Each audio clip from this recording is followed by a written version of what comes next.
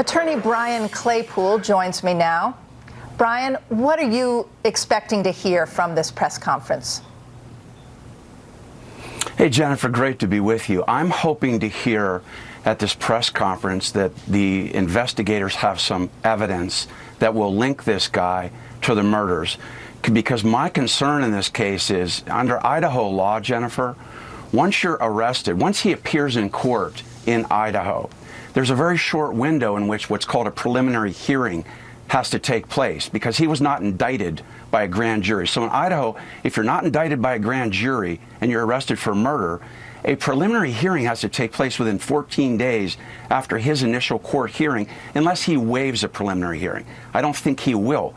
Why is that important? Because prosecutors are going to have to work furiously to process the forensic evidence they get, for example, from the vehicle that Ted mentioned. They're going to have to do testing to try to extract blood.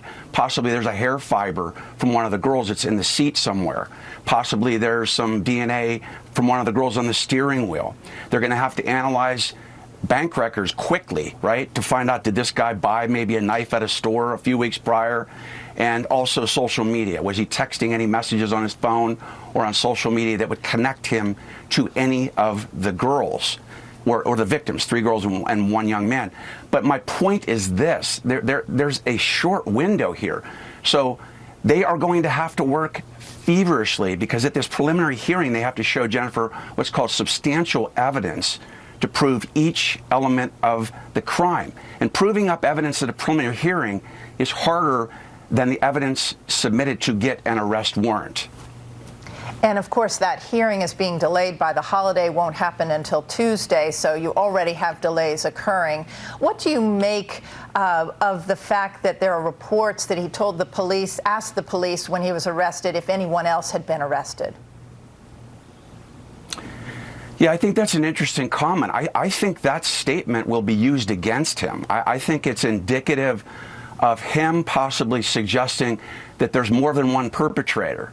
Remember, that to have 4 people murdered in that home by one person without somebody waking up and trying to obstruct the crime from being committed is very difficult. So I take that comment to possibly be a tacit admission that, hey, did you get, my cohort possibly? And here's another interesting fact. Like you mentioned earlier, why is his car still at his parents' house in northeastern Pennsylvania?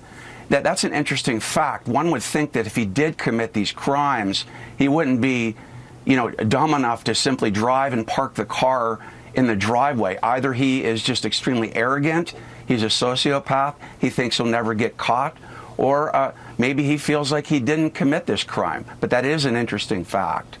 It almost seems as though he's leading the police to his parents' house, and then to say that opens up a possible defense. But we'll learn more, of course, in 3 minutes when the Moscow police hold that very important press conference. So thank you very much, Brian, for being with us. You bet. Thank you, Jennifer.